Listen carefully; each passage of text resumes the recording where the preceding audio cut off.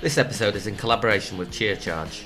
Chia Charge is about making natural sports nutrition that not only works, but actually tastes good and is easy to eat when you're out training, racing or just on the go.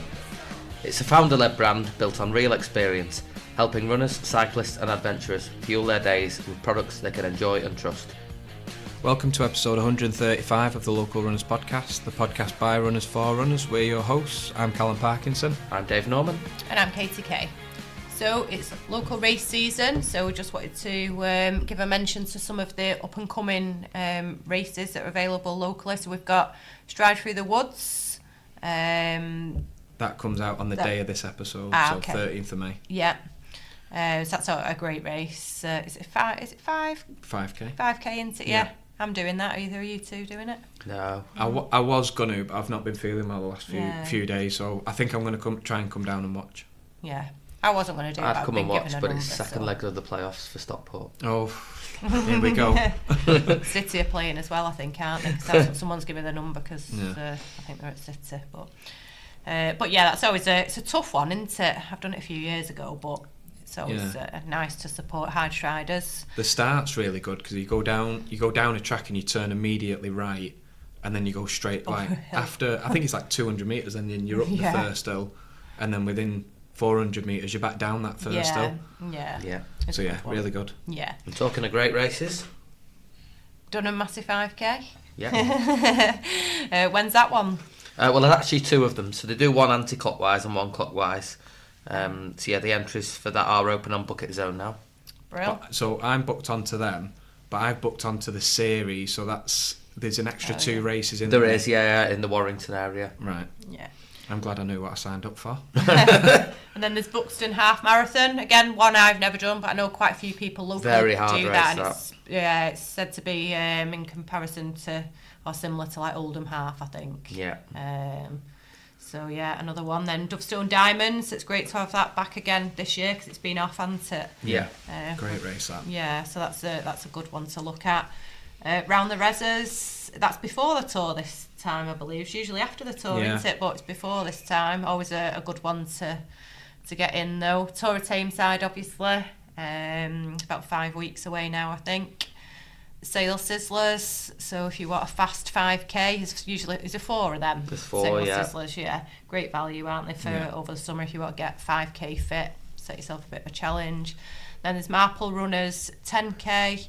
There's a Millbrook Monster, which again is a monster of a run, but another great scenic off-roader. That's really good that they've got that back on. So Crazy Legs are helping with that and really pushing. So yeah, it's great to have that back. Yeah, and then obviously we've got the Black Knight Charge. So get signed up to that one. That's obviously the best one of the year. And then let us know about any others that you want us to give a mention to, and get them all on the app. Is it Racerly? Racerly, yeah. Someone mentioned that to me recently, said that they'd had a look at it and found it really, really good. So it's a guy from Glossopdale, Harriers. He's built it and he asked us to promote it a little bit. I had a look at it, signed up, added our race to it. I think I've suggested a couple of races as well, but it is really good. So you can go through, you can pick if you want road, trail, different terrains, what distance, and there's loads. It is really good. So talking about races, so we're starting to get into summer, and a lot of clubs are asking for their athletes to represent the club at track races and track meets. So I had a chat with Jack. He's not called Jack. He's called Joe. Joe Hudak. Although that's probably a better name for him. Jack Hudo. Jack Hudo.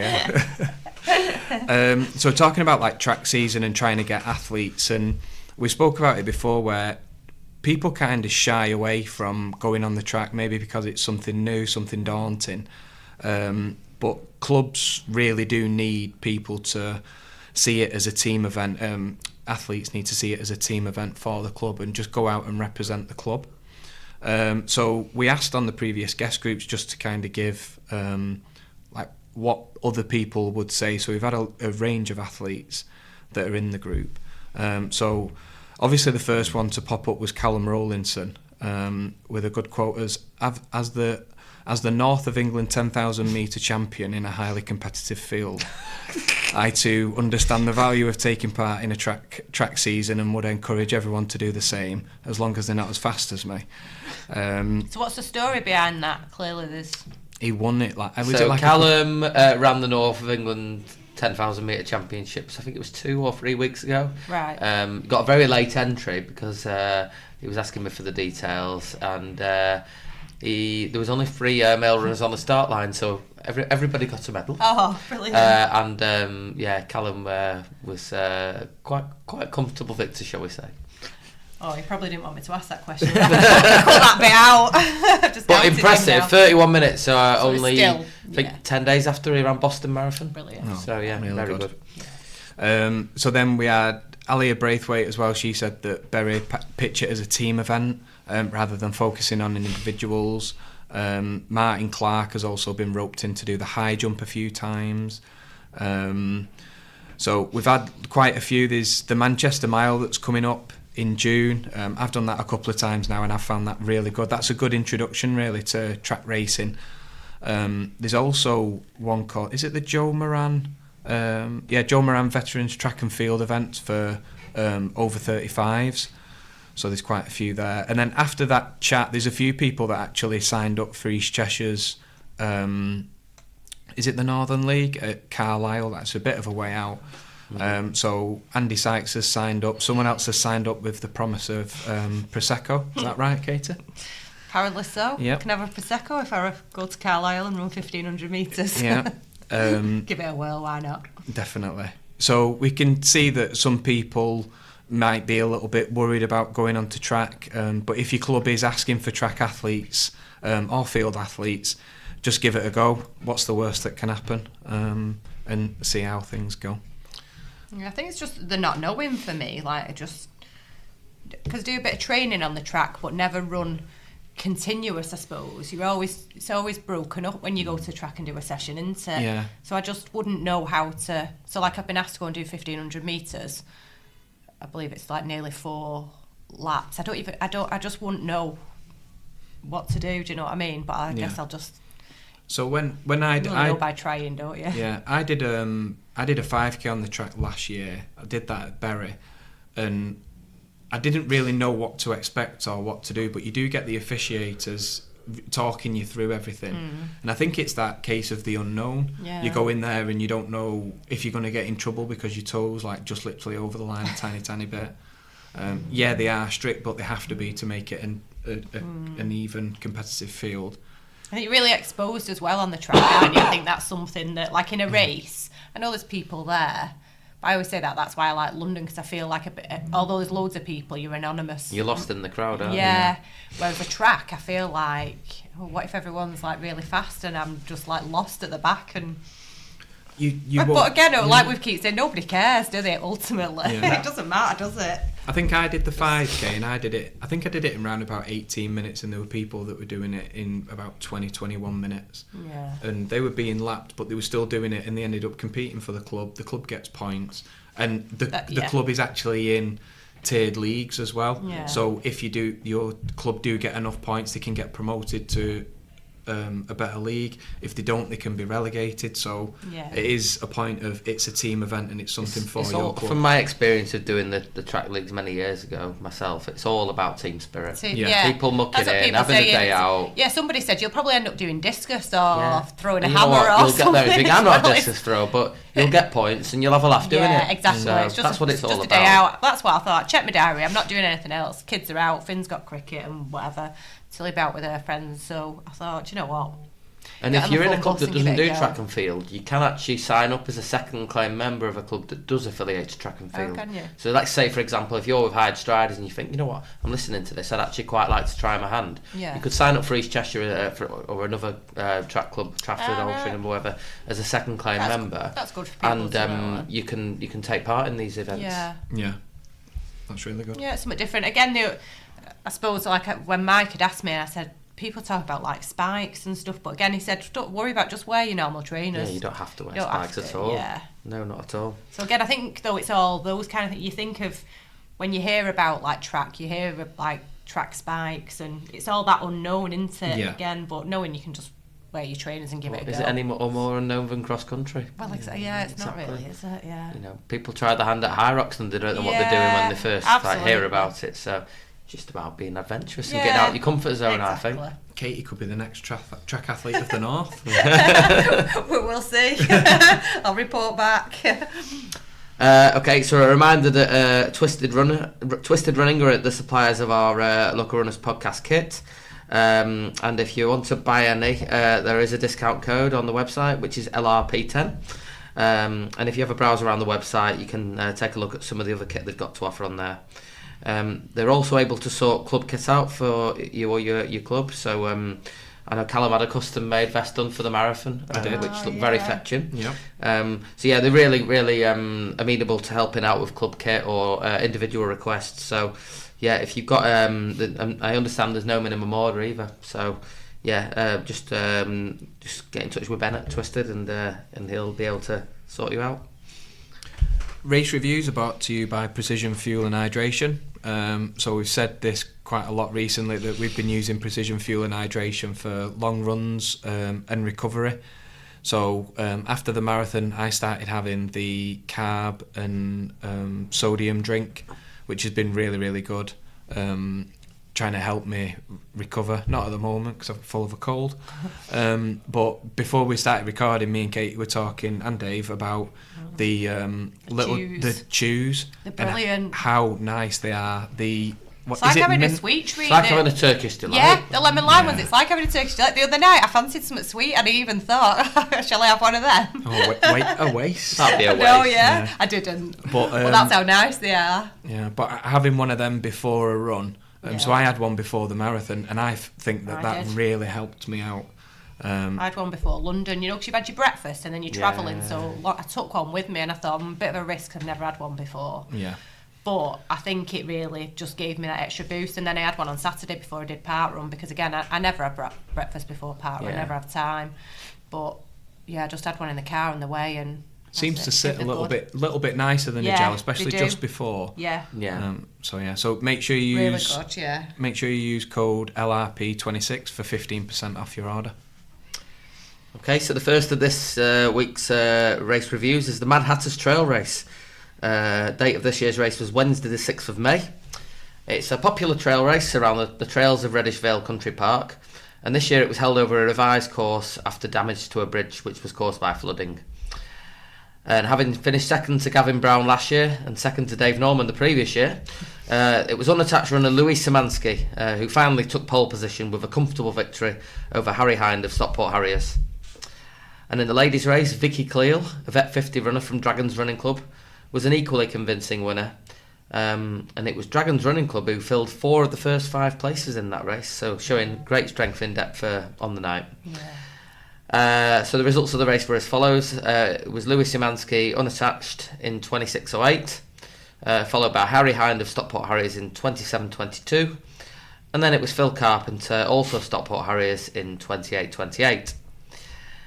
And in the women's race, Vicky Cleal of Dragons Running Club was the winner in 35.06, followed by Laura Bell of Winston Runners in 36.09, and then it was another Winston runner, Claire Guire, who took the 3rd place in 36.59. And I just wanted to add a big well done to one of our previous guests, Sarah Brown, who was the first over 55 on the night. I did scan down the results to see if Steve Brown also ran. I think he did, didn't he? I saw a Steve Brown unattached, who was a bit younger than the Steve Brown we had on the episode. So I'm sure I saw on his Strava run with Mrs. Brown. Yeah. So perhaps he entered unattached, but maybe. There was no Steve Brown of Stockport Harriers on the results. But well done to Steve, and well done to all those podium runners on the night. I recognise the name of that Louis Szymanski. I feel like every like this time of year, the trail races, his name seems to come up, and we always say, "Oh, as I said, he was second last year, second the year before. He does seem to be quite prolific. Unattached runner. It's finally the bride. Yeah. Finally. And just to mention, well done to Laura Bell as well, because she took a tumble. I saw she put on her Instagram. She had a fall, so, but she still finished second. So well done, Laura, for getting up, dusting yourself off. Yeah, well done. So the 10th anniversary edition of the Alderley Edge Bypass race took place on Sunday the 10th of May, with runners greeted by near perfect racing conditions and a strong turnout from clubs across the region. Starting at Alderley Park North Gate, the route headed off onto Congleton. I can't even talk. What's wrong with me? Onto Congleton Road before joining a traffic-free Melrose Way bypass for the fast, undulating out and back section of the course, with local DJs lined the bypass, creating lively atmosphere and giving athletes that extra lift along the way. Conditions were mild and close to ideal for distance running, although competitors faced a noticeable headwind on the outward leg. Local clubs were represented throughout the field, with East Cheshire Harriers leading the way, with the best represented club on the day of 17 athletes taking part. The men's race was won in commanding fashion by Olympian Andrew Butchart of the Scottish 10k record holder and former park-run world record holder, who stormed to victory on a new course record of 29:46. I'll say the reminder now. We need to talk about him, don't we, in a bit. Second place went to Jack Martin of Hallamshire Harriers in 30:22, with Jack White of City of Norwich AC close behind in third, clocking 30:25. The women's race, Becky Hansen of Altrincham and District AC claimed victory in 35:56. Second place went to Louisa Whittingham of Wilmslow Running Club and Run Northwest in 36:19. And then Sally Radcliffe of Stockport Harriers completed the podium in 36:45. The anniversary event proved a fitting celebration of a decade of racing on the bypass, combining fast performances, strong local support and a fantastic atmosphere throughout the morning. So thank you to James Hartshorn, one of our ambassadors, who kindly wrote that report for us. James took part in the race himself. He did. Well done. So the results are as follows. So Andy Butchart was first in 29:46. Jack Martin of Hallamshire was 30:22, and third was Jack White of City of Norwich in 30:25. Course record that once as well by Andy. Yeah. Even just chilling as well, was it his son that he picked up at the end? It was, and ran over the line. Really nice to see that. That's good. How much of a course record was it? The old record was 30:21, so he took about 35 seconds off it. Have you not seen it? I've seen the picture. Just chilled over the line. Yeah. In the women's race, as we said, Becky Hansen of Altrincham 35:56, Louisa Whittingham of Wilmslow in 36:19, and Sally Radcliffe of Stockport in 36:45. Local shout-outs: Oliver Walker steaming away to a great PB of 34:25 of East Cheshire Harriers. Richard Evans of Altrincham, first vet 60 36:07. James Rook of East Cheshire Harriers 36:51. Alan Wardle 40:52. Gary Royal 42:51. Kieran Malloy 43:16. Dan Heaton 44:14. Jess Stewart, or is that Jess Strutt? Jess Strutt in 53:06, and then Deb Goff in 52:24, her first 10k in 15 years. Wow. Yeah, and Ali Lavender as well. I think we should give a shout there. Absolutely, yeah. 22 just weeks. missed out on the podium. Yeah. I think she was fourth lady. Yeah, I think she was fourth. Wasn't she 22 weeks pregnant? Yeah, that's I think some effort, that. her and Sally ran quite a bit, I think, together, didn't they? But yeah, amazing. So, yeah. A few other race shout-outs. So we've got Esther Young of Mosley RC, did Leeds Half Marathon in 2:07:02 for a PB. Daniel Wood of Mosley RC did his first marathon in Leeds, 3:42:55. Rachel Rosvenskaya of Sale Harriers, I know, ran Copenhagen Marathon just 2 weeks after running a PB in London. So just had a nice chilled run, 2:53:35. As you do. As you do. And her husband ran as well and got his first sub 3:30. Oh, so brilliant. that was a nice weekend away for them both, yeah. And just mentioned Tom Charles as well, so he got second place in Leeds Marathon. I've only seen on his Strava, I've not seen the exact results, but it's around 2:27. Cool. Yep. So let's get into training. I don't think there's going to be much training and racing, is there, really? Definitely not. No. Not from any of us. Various reasons. Yeah. So a little update from me was after Manchester, I did a session just after London, I think it was. I think I mentioned that. I started to have really bad hip issues. So I went to see Chelsea last week. I went for a run. Before I went to see Chelsea, I went for a run. I found that my groin was really sore. Groins. Yeah, both of them. And then one day you'll forget. We won't. So I remembered that the issue that I had last time, I just got the massage gun and put it on like the hip and the side of my glute, and then that started to loosen it up. I was still feeling it a bit. Went to see Chelsea. I was in quite a lot of pain, and Laura came with me because Laura's got an issue with her back, so she was sat there laughing at me when I kept wanting to swear at Chelsea. She's brutal, isn't she, Chelsea? Yeah, and then we did a park run at the weekend, just nice and easy, but then I'm full of a cold, so just trying to get over this, and then I'm going to kick into some 10k training, and I've got them 5ks. I'm going to use them 5ks as tempo sessions, and just kind of see where I go. Not really much, really. I've got Wilmslow 10k booked in the summer. After seeing that, I want to look at the Marple 10k as well. That seems to be quite a good. Yeah, is it a trail? That It one? is a trail 10k. Yeah. Yeah. Very popular. Yeah. So I'll have a look at that. But there was a few local races. So let's just scroll up. Look, Dustone Diamond. I can't do Dustone Diamond because that's the day Laura gets back off holiday. I think she gets back at night. I want to do Round the Rezzers. Yeah. Round the Rezzers was my first ever race with a watch. What's it? Yeah, that was good. But I'm not doing the Tour.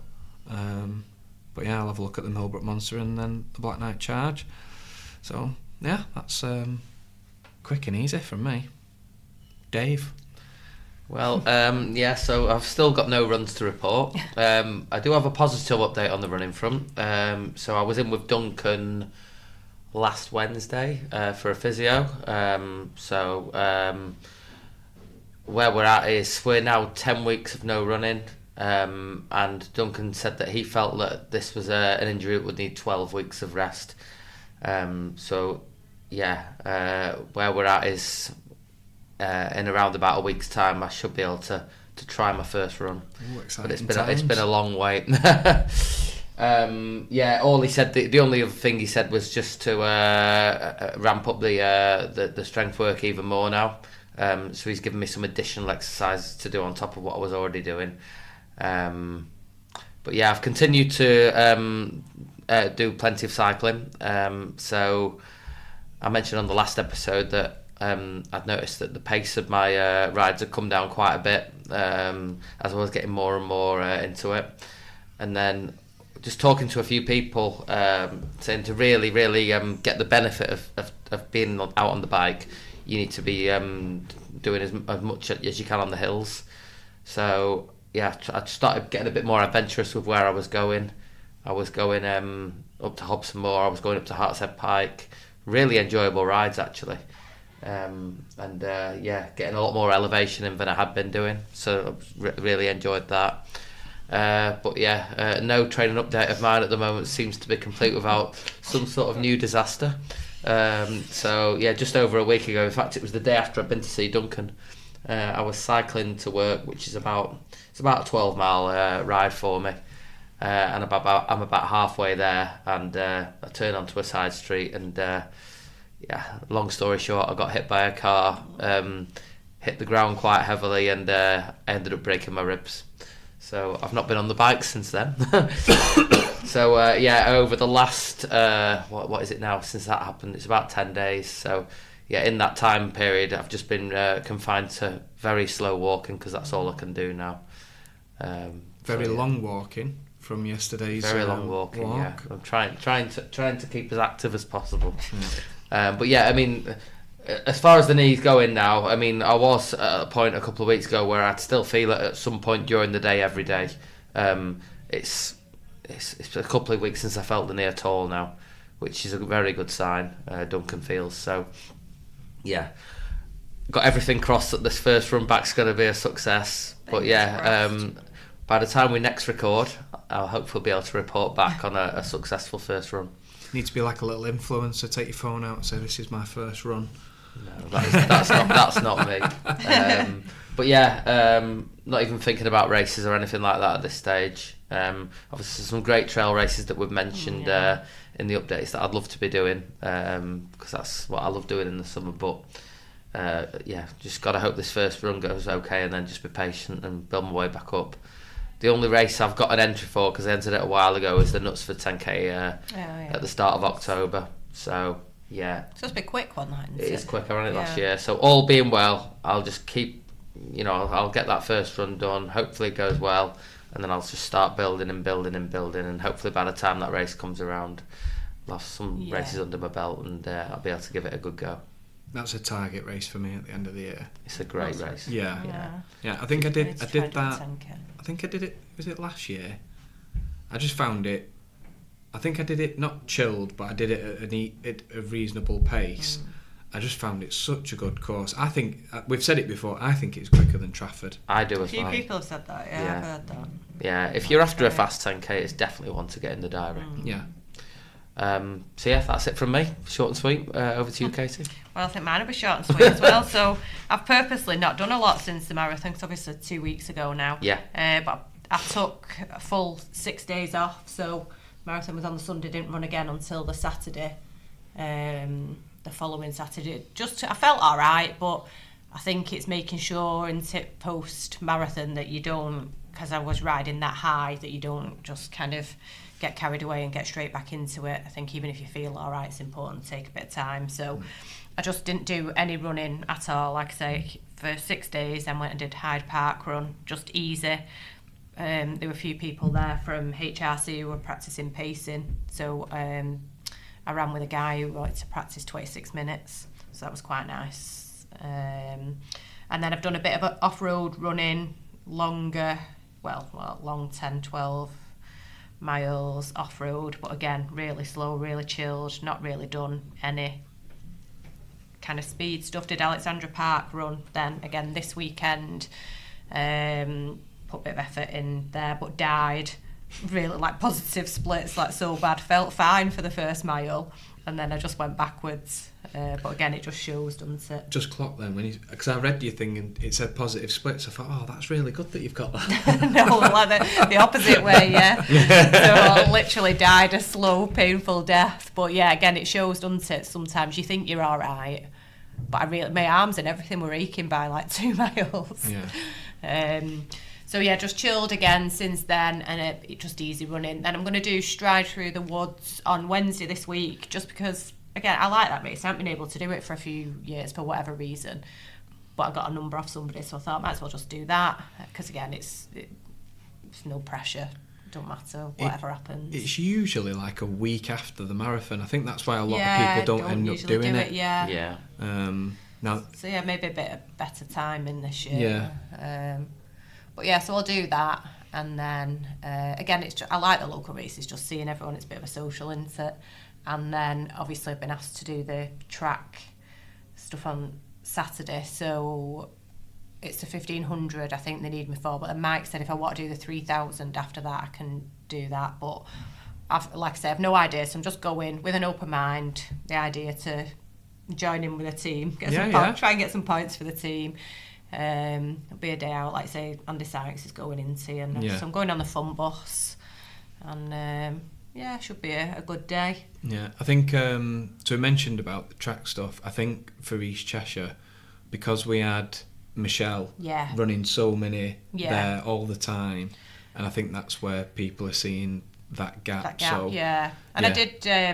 I spoke to Michelle last year, and we were talking about track, and she did say to me, "Promise me that you'll do track." So it is one of the things I did say I would do. So good on you. Do it for Michelle. Yeah. And then I was just looking at the other stuff that we've mentioned, the other races. I've not really got much booked, but I'm on the tour. But I probably do need to do. Well, I need to try and do. I'll send you my Dovestone Diamond. Oh yeah, I would do that. I feel like I need to try and do a fast 5k and 10k. Glenn offered me his number for Mid Cheshire, but I'm not ready to do a fast 5k just yet. So I thought it'd be daft to do it, but I might look at Sale Sizzlers or something. Yeah. And maybe like you say, Knutsford. I don't really like those slower road races, but I think I said last time I've got PB in half and marathon now this year, so I feel like I should target them. It's all in the shoes. All in the shoes. And your training. Getting the Pumas. Yeah.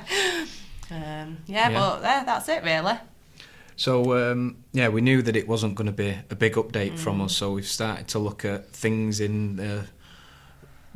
just things going on around. So, I know we've spoke a lot about marathon training for the last few months, really. Yeah. But we've seen a lot on socials where people are kind of normalising marathon running and thinking that you can just go, I'm going to sign up to it and then just go and run it, but how much it actually takes out of you. And you get a lot of people signing up with this false pretense, like, what was it, 1.33 million people have... For London Ballot. And it's just... Crazy that, isn't it? And crazy then, numbers. I wonder how many have actually were assigned places and then what the drop-off is. Usually it's around 20%. Well, it was massive for Manchester Marathon this year, wasn't it? The amount, I can't remember the figures, but I remember reading it and thinking that the number that didn't start from what signed up, it was massive. Yeah. So I think this is what happens. It has like a bit of a boom, and because of social media, you see all that and you see how amazing it is, and people say it's like a once-in-a-lifetime experience, and everybody suddenly wants to do it, don't they? And it's like marathon running seems to become normal, and I think it's important to remember it's not normal, is it? And I think because it is kind of, it's seen so much on social media, I think it's important to kind of put it in perspective. Remember, there is only still 1% of the population in there that's ran a marathon. Yeah.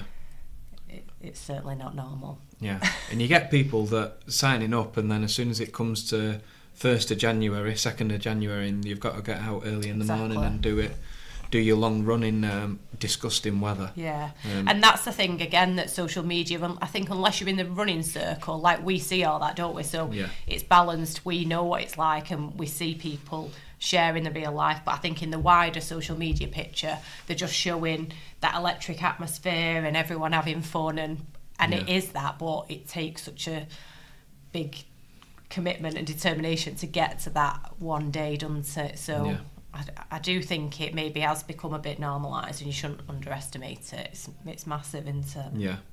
So then after the marathon, we touched on this a little bit, kind of the marathon blues. We said that, well, Sean started 5k into London, and then have you hit the marathon blues? No, I've not had the blues, but again, I think because I had such a good experience this year, and again, that's what it all comes down to, doesn't it? I know in previous years where I've not felt my races reflected my training and you put everything into it, I think you do get that real dip. So I'm not on the same high that I probably was a week ago, but I'm still feeling, really content, really happy with how it went.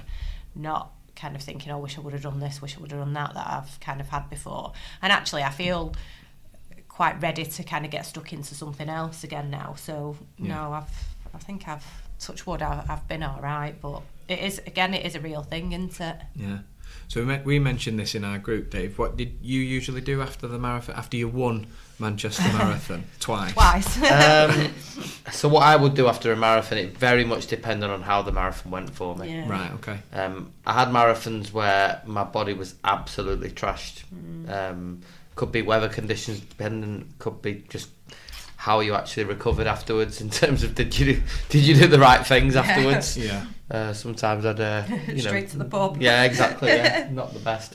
I mean, I can remember one particular marathon where I was on the track on Tuesday doing reps, which I definitely wouldn't advise to anyone. But obviously, I felt like I'd recovered very quickly. There's other marathons where it was a week before I tried a run and my legs were still sore.